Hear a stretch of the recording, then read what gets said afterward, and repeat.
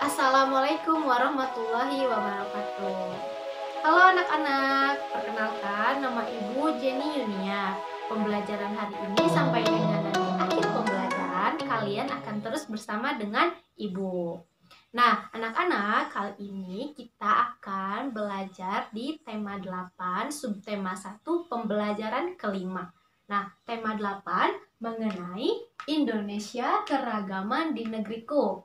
Dan subtema 1 mengenai lingkungan tempat tinggalku. Dengan tujuan pembelajarannya, pertama, mampu menerangkan beragam keragaman individu di dalam keluarga. Yang kedua, mampu mengkomunikasikan berbagai keragaman karakteristik individu di dalam keluarga. Tiga, mengidentifikasi berbagai karakter pada teks cerita. 4. Mengenali tempo dan nada lagu. 5. Mampu menyanyikan lagu dengan memperhatikan tempo dan nada lagu dengan baik. Nah, anak-anak, sebelum kita memulai pembelajaran, Ibu memiliki sesuatu untuk kalian. Apa itu? Dan itu adalah atlas. Nah, ya, atlas adalah sekumpulan peta-peta yang disajikan ke dalam bentuk buku. Ada juga yang disajikan ke dalam bentuk multimedia. Nah, Ibu akan menunjukkan salah satu peta yang berada di dalam atlas ini. Peta apakah itu? Dan peta itu adalah, ya, coba kalian amati peta di depan, kemudian menunjukkan pulau apakah itu, serta ada daerah apa saja di dalam peta ini. Ya betul, ini adalah peta Pulau Sumatera. Di dalam Pulau Sumatera terdapat berbagai daerah seperti Aceh, Riau, Bengkulu, Jambi, Lampung, Sumatera Utara Medan, Sumatera Barat Padang, dan juga Sumatera Selatan Palembang. Nah, untuk pembelajaran selanjutnya, Ibu mempunyai sebuah cerita untuk kalian. Kalian simak baik-baik ya. Beni mempunyai keluarga besar yang berasal dari Sumatera Utara Medan. Ayah dan ibu Beni menetap dan merantau ke kota Jakarta. Begitu pula dengan paman Beni yang merantau ke Jambi. Paman Beni bernama Paman Tagor. Nah, Beni mengunjungi tempat tinggal Paman Tagor di Jambi. Paman Tagor tinggal di lingkungan perkotaan. Meskipun Paman Tagor tinggal di perkotaan, tempat tinggal Paman Tagor sangatlah rapi dan juga nyaman. Masih banyak pepohonan yang ada di lingkungan Paman Tagor. Paman Tagor tinggal bersama istri dan kedua anaknya. Kedua anak Paman Tagor bernama Gultom dan juga Puspa. Nah, jika kalian tadi sudah menyimak cerita Ibu, kalian pasti sudah tahu dong di mana tempat tinggal Paman Tagor. Nah, nanti coba kalian cari pada peta kalian masing-masing di mana letak tempat tinggal Paman Tagor. Setelah itu, Ibu memiliki foto keluarga Beni. Nah, ini adalah foto keluarga Beni. Coba kalian amati dari foto keluarga ini. Kalian amati dari keberagaman ciri fisik yang terdapat di dalam foto ini. Ya, benar. Terdapat berbagai keragaman di dalam foto keluarga Beni. Ya, betul. Terdapat berbagai keragaman ciri fisik yang terdapat di keluarga Beni. Nah, ciri fisik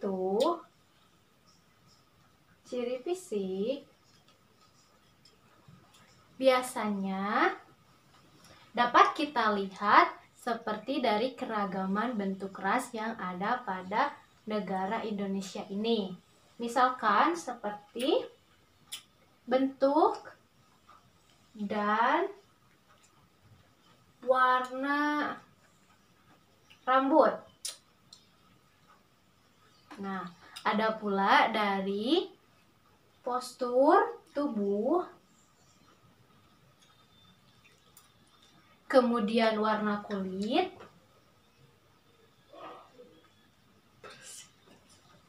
dan lain-lain sebagainya.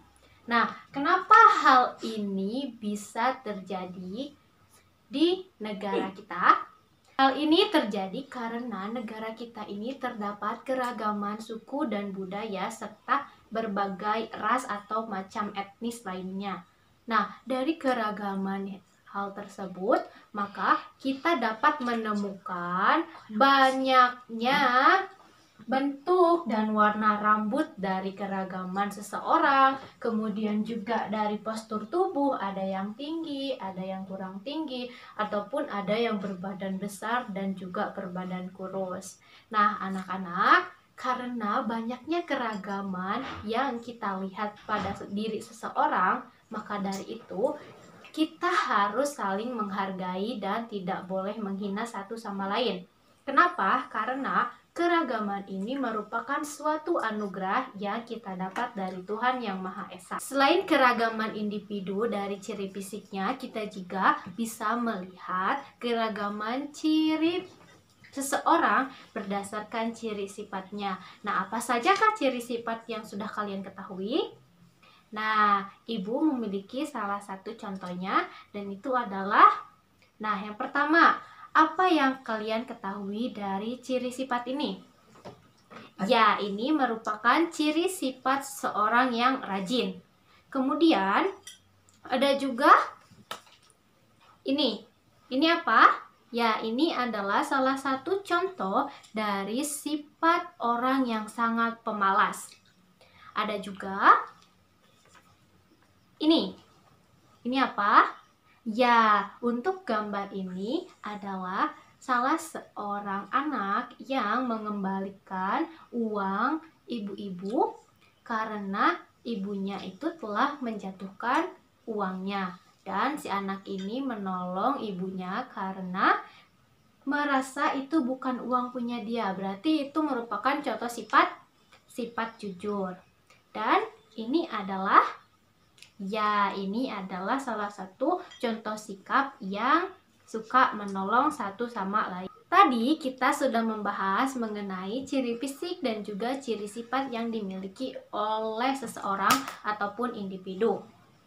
Nah, begitupun dengan keragaman ciri fisik yang dimiliki oleh keluarga Beni.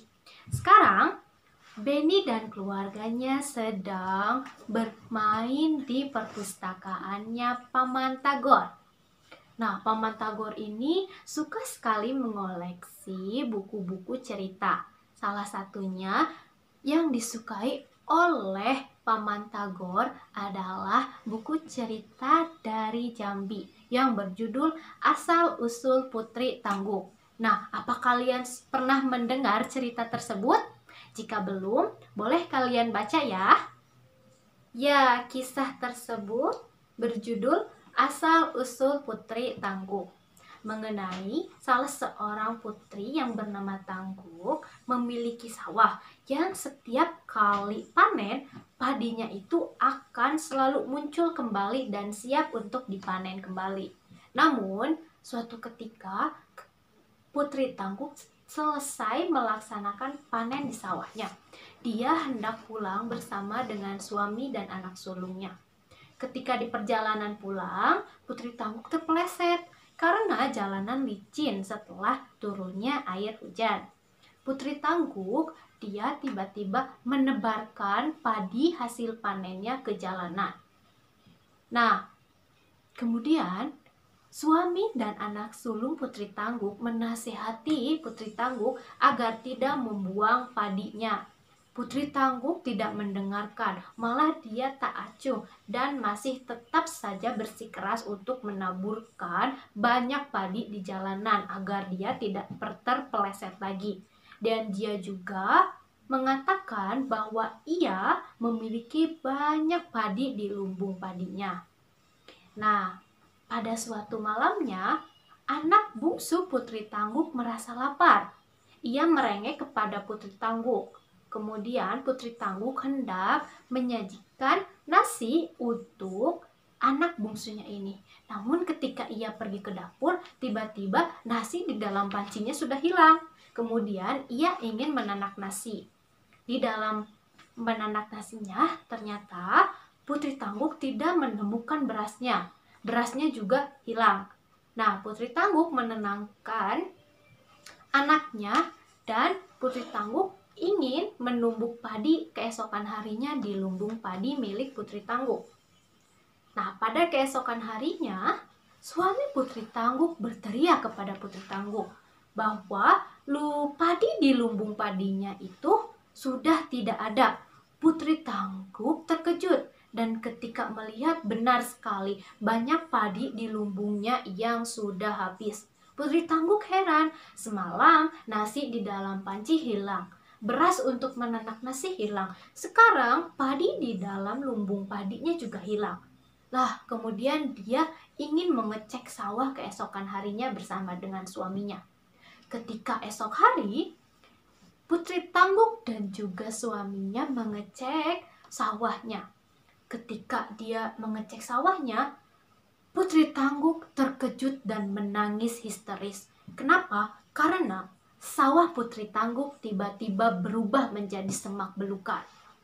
Kemudian pada suatu malamnya Putri Tangguk didatangi mimpi oleh Padi. Padinya mengatakan bahwa hal ini merupakan kesalahan dari Putri Tangguk sendiri. Putri Tangguk sudah sangat sombong karena dia membuang padi untuk makanan sehari-hari manusia. Padi tidak terima dengan itu, maka dia memberikan pelajaran kepada Putri Tangguk karena kesombongannya. Nah, Putri Tangguk berjanji tidak akan melakukan hal itu kembali. Namun, Padi memiliki syarat untuk Putri Tangguk supaya Putri Tangguk tidak seperti itu. Nah, syaratnya itu Putri Tangguk harus menuai kembali padinya dan harus dipanen selama 3 bulan lamanya. Nah, kemudian Putri Tangguk menuruti perjanjian dengan sang padi dan dari situ kita dapat mendapatkan pesan moral bahwa kita jangan selalu bertingkah kesombongan dan tidak boleh membuang makanan untuk kita.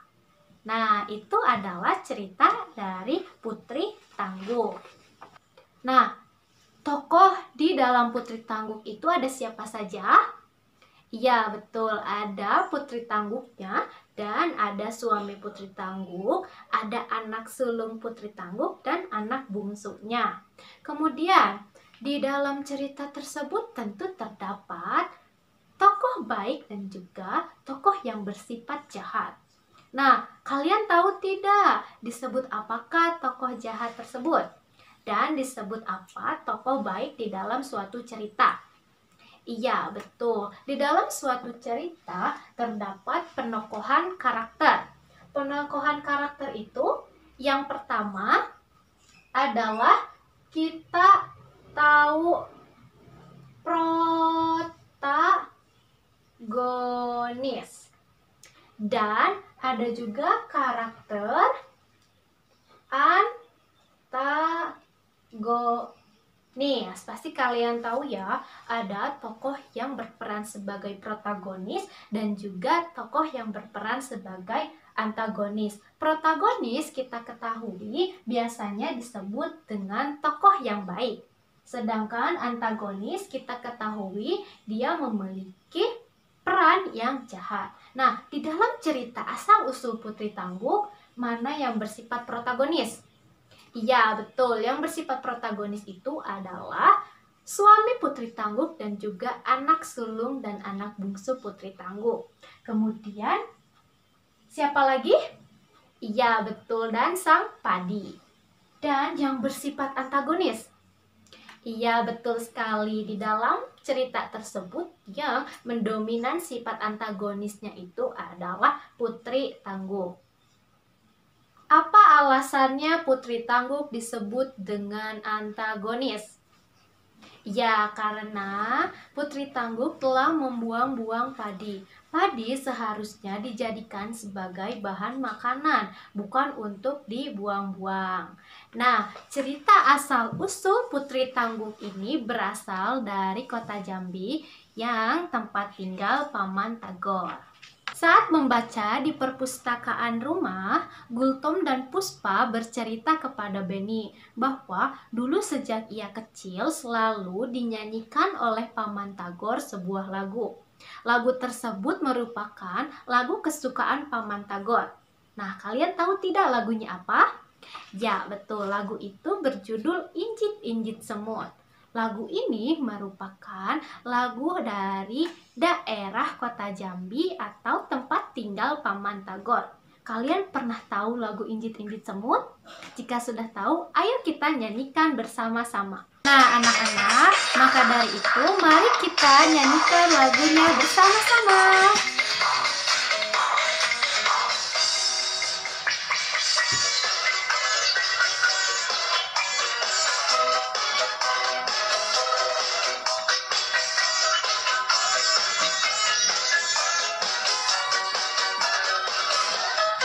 Jalan-jalan ke Tanah Deli, sungguh indah tempat tamasya.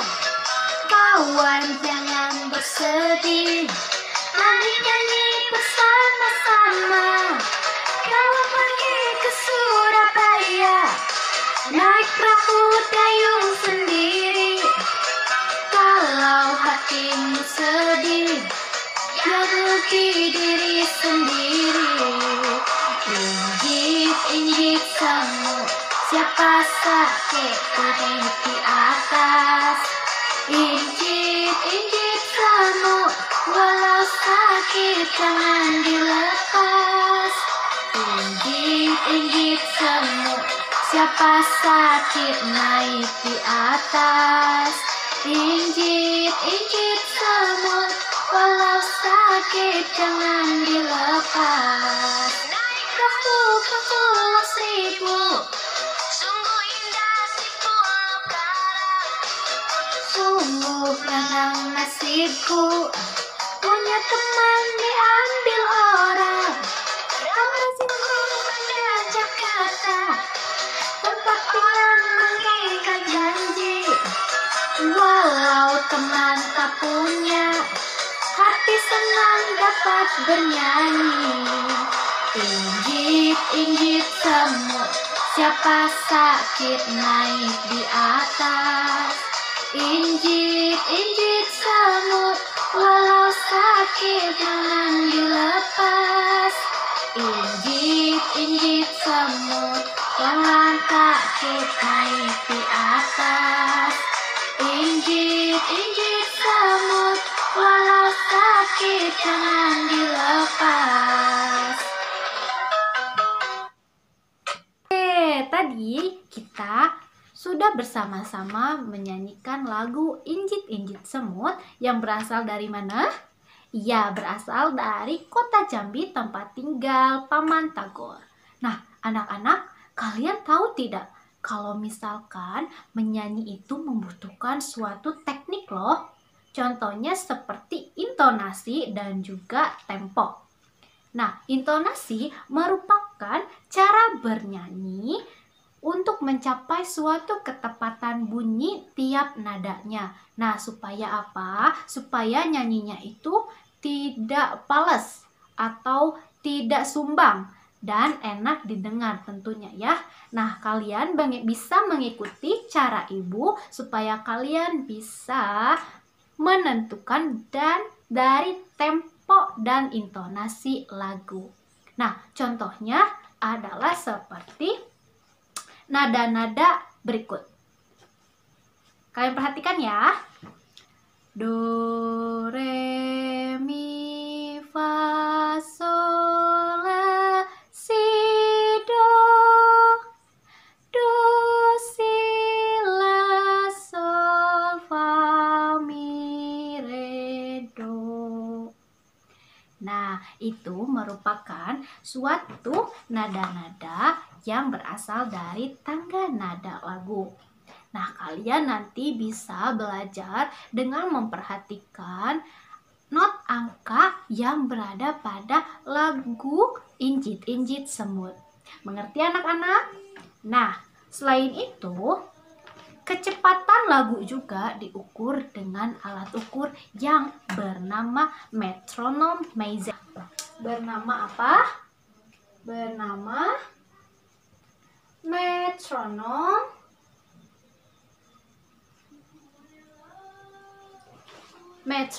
Maisel. Kecepatan lagu tentu diukur dengan alat ukur yang disebut dengan metronom Maisel atau disingkat dengan MM. Nah, MM ini akan memberikan petunjuk sebenarnya cepat atau lambatnya suatu lagu yang dinyanyikan. Sebagai contohnya, lagu dari Timang-Timang Anakku Sayang ditulis dengan tempo andante. Nah, tempo andante itu berkisar 72 sampai dengan 76 mm. Artinya, lagu harus dinyanyikan dalam kecepatan 72 sampai dengan 76 ketukan yang tetap dalam waktu 1 menit. Artinya, MM72 sampai 76 ini termasuk ke dalam tempo yang sedang. Nah, tempo lagu dikelompokkan menjadi 3, yaitu ada tempo lambat atau yang disebut dengan tempo lemo, ada juga tempo sedang yang disebut dengan tempo andante, dan ada tempo cepat yang disebut dengan tempo allegro. Nah, termasuk apakah lagu Injit-Injit Semut itu? Coba kalian nyanyikan dan rasakan tempo dan tinggi nada dari lagu Injit-Injit Semut. Ya, betul.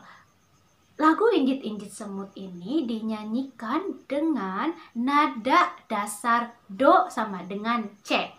Nah, lagu ini memiliki birama 4/4. Itu menunjukkan bahwa lagu dari Injit-Injit Semut ini adalah berbirama 4 ketukan, yang artinya lagu dinyanyikan dengan tempo yang sedang. Berarti kalau misalkan sedang, nama temponya apa ya? Ya, betul, nama temponya adalah tempo andante. Nah, anak-anak, pembelajaran kali ini dicukupkan sampai di sini. Mari kita simpulkan bersama ya. Tadi kita sudah belajar mengenai keragaman ciri fisik dan juga ciri sifat individu yang dimiliki oleh seseorang. Kemudian setelah itu kita tadi sudah belajar mengenai karakter tokoh yang terdapat dalam teks cerita. Dan kita tadi sudah menyanyi lagu daerah asal Jambi yang berjudul apa? Injit-Injit Semut. Nah, sebelum pembelajaran usai, Ibu memiliki oleh-oleh nih biar pembelajarannya makin oke.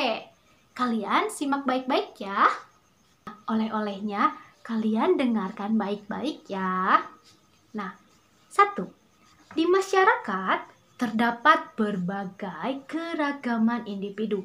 Salah satu contohnya ada contoh sifat yang dimiliki oleh setiap individu. Nah, kalian coba jelaskan sifat-sifat yang dimiliki oleh setiap individu tersebut. Kedua, dalam sebuah cerita terdapat perannya masing-masing. Ada yang berperan sebagai protagonis dan juga antagonis. Nah, kalian coba jelaskan apa itu antagonis dan protagonis dari masing-masing tersebut ya. Nah, anak-anak, bagaimana perasaan kalian belajarnya? Kalau misalkan pembelajaran kali ini menyenangkan kalian setelah selesai pembelajaran ini coba tunjukkan wajah berseri kalian ya dengan senyum selebar-lebarnya seperti ini. Nah, seperti itu ya. Dan kita akhiri pembelajarannya sampai di sini.